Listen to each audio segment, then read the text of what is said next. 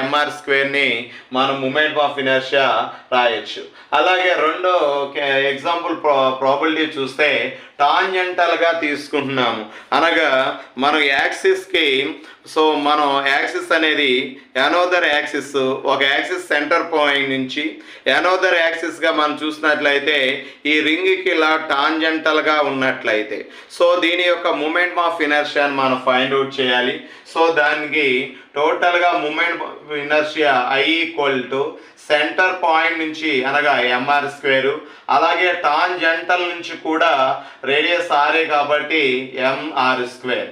Total మనకి tangent అనగానే మనకి గుర్తుండాల్సింది ఎంఆర్ స్క్వేర్ యాడ్ చేయటం. సో దట్ ఏ ఆప్షన్ అయినా సరే టాంజెంట్ అనగా ఎంఆర్ స్క్వేర్ గుర్తుంచుకున్నట్లయితే మనకు ఉన్నటువంటి ఈ పాస్ అవుతున్నటువంటి ఆ యాక్సిస్ పరంగా వచ్చినట్టు ఆన్సరు ప్లస్ టాంజెంటల్ అనగా